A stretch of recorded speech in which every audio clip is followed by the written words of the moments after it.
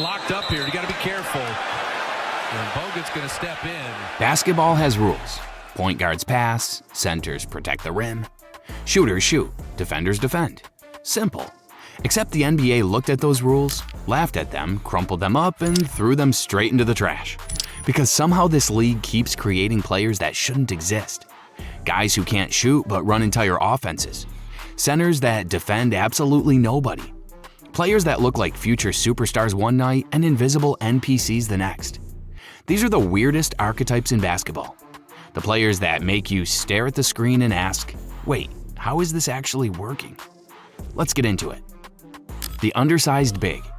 This one makes absolutely no sense. Basketball basically spent 100 years teaching us one thing. If you're a center, be tall. Seems reasonable. Then along came Draymond Green. A man listed around 6'6" decided he was going to spend his career wrestling giants. One possession, he's chasing Steph Curry's man around a screen. The next possession, he's boxing out a 7-footer built like a skyscraper. And somehow it works. Then there was Dennis Rodman. Rodman looked at rebounding and treated it like advanced calculus. Because the man wasn't jumping higher than anyone. He wasn't bigger than everyone. He just knew where the ball was going before everyone else. Which honestly feels illegal. Ben Wallace was another mutant. Not the tallest, not the biggest. Didn't care. 4 Defensive Player of the Year awards later, and suddenly every center in the league was having nightmares. These guys basically said, height is cool and all, but have you tried being insane? The ball-dominant non-shooter. Now, this is weird, because modern basketball is obsessed with spacing. Shoot threes, stretch the floor, open the lane. So what happens when your main ball handler can't really shoot? Apparently, chaos. Look at Ja Morant. Defenders literally dare him to shoot sometimes. They're standing 10 feet away like they're socially distancing. And then Ja immediately flies past them and attempts murder at the rim. Ben Simmons became the ultimate version of this archetype. Because watching Ben Simmons was like seeing someone drive a Ferrari and refuse to use fifth gear. Elite passer, elite defender, elite athlete. Then someone handed him an open jumper and suddenly it looked like they gave him a live grenade.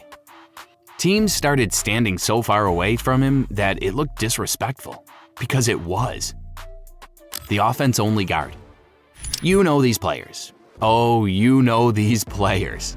The dudes where every game looks like this. 25 points, 2 assists, 1 rebound. Defense? Absolutely not. Jordan Poole, Bones Highland, Anthony Simmons. When these guys get hot, they're terrifying. You blink and suddenly they've scored 14 straight points. When they're cold, oh boy. You're watching somebody attempt heat check number 6 after missing the first 5. And somehow, they still have confidence. Basketball confidence is truly one of humanity's greatest mysteries. The defensive specialist. The complete opposite side. These guys play offense like they're legally required to. Matisse Thybulle fits perfectly. Defensively, absolute menace. Steals, blocks, chaos. Offensively, you ever accidentally create a player in 2K and forget to upgrade scoring? Yeah, that. Andre Robinson became one of the most extreme examples ever. There were possessions where defenses straight up ignored him. Like, completely ignored him. Imagine being in the NBA and defenders are acting like you're invisible. That's cold. The low-efficiency chucker. This archetype is basketball's version of, nah, trust me, bro, next one is going in. Nick Young, Dion Waiters, Dylan Brooks. These players see a contested shot with 2 defenders hanging off them and immediately think, perfect. There is no fear, no hesitation, no bad shot selection. Because to them, every shot is a good shot. Sometimes they'll go 9 for 14 and you'll think, okay, maybe I'm the idiot. The next game, they go 4 for 19. Balance is restored. The height-only big. This one feels like an NBA social experiment. Because every few years, teams see somebody who's 7'5" and instantly lose all common sense. Taco Fall, Sim Bular, Hashim Thabit. The logic becomes, he's really tall. Okay, what else? Really tall. And that's it. That's the scouting report. Now, don't get me wrong, being tall matters. But eventually basketball asks difficult questions like, can you move? Can you defend a pick and roll? Can you survive if Steph Curry drags you 30 feet from the basket? Suddenly things get awkward. The low motor superstar. This one might be the most frustrating archetype in basketball, because these players show flashes that make you believe they're about to become top 5 players in the league. Then nothing. Karl Anthony Towns, DeAndre Ayton, Zion at times. You'll watch them dominate. 30 points, 10 rebounds, absolute destruction. And you're sitting there thinking, oh my God, nobody can stop this guy. Then 3 games later, they disappear so hard you're checking the box score to make sure they played. Talent has never really been the issue. The issue is consistency, because talent gets attention, effort gets championships.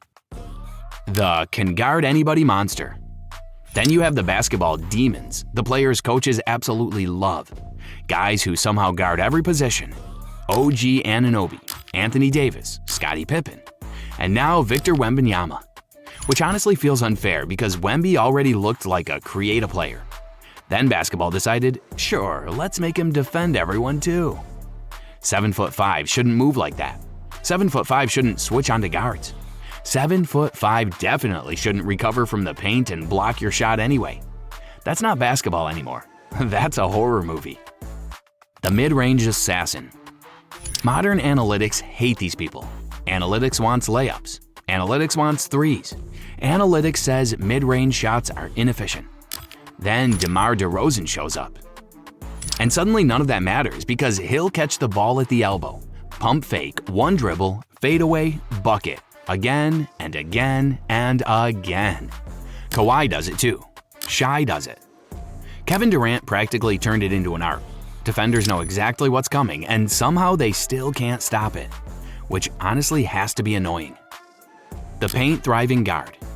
Most guards today live beyond the three-point line. Not these guys. These guys wake up every morning and choose violence. Derrick Rose, Dwayne Wade, Donovan Mitchell, De'Aaron Fox, Ja Morant. Prime Derrick Rose especially looked ridiculous because defenders would cut him off perfectly and then somehow they didn't cut him off. 1 second he's there, next second he's at the rim. Then you're watching the replay wondering if teleportation became legal. And that's what makes basketball so weird, because every generation creates players that completely break the rules. Players that force us to rewrite what positions even mean. Because eventually the NBA stops becoming what should work and starts becoming, wait, why does this work? So now I gotta ask, what's the weirdest NBA archetype ever? The 7-footer that can't rebound? The guy that refuses to shoot? Or maybe the player who's somehow elite at everything except the thing he's supposed to do? Drop it in the comments, and if you enjoyed the video, don't forget to like and subscribe. I'll catch you in the next one.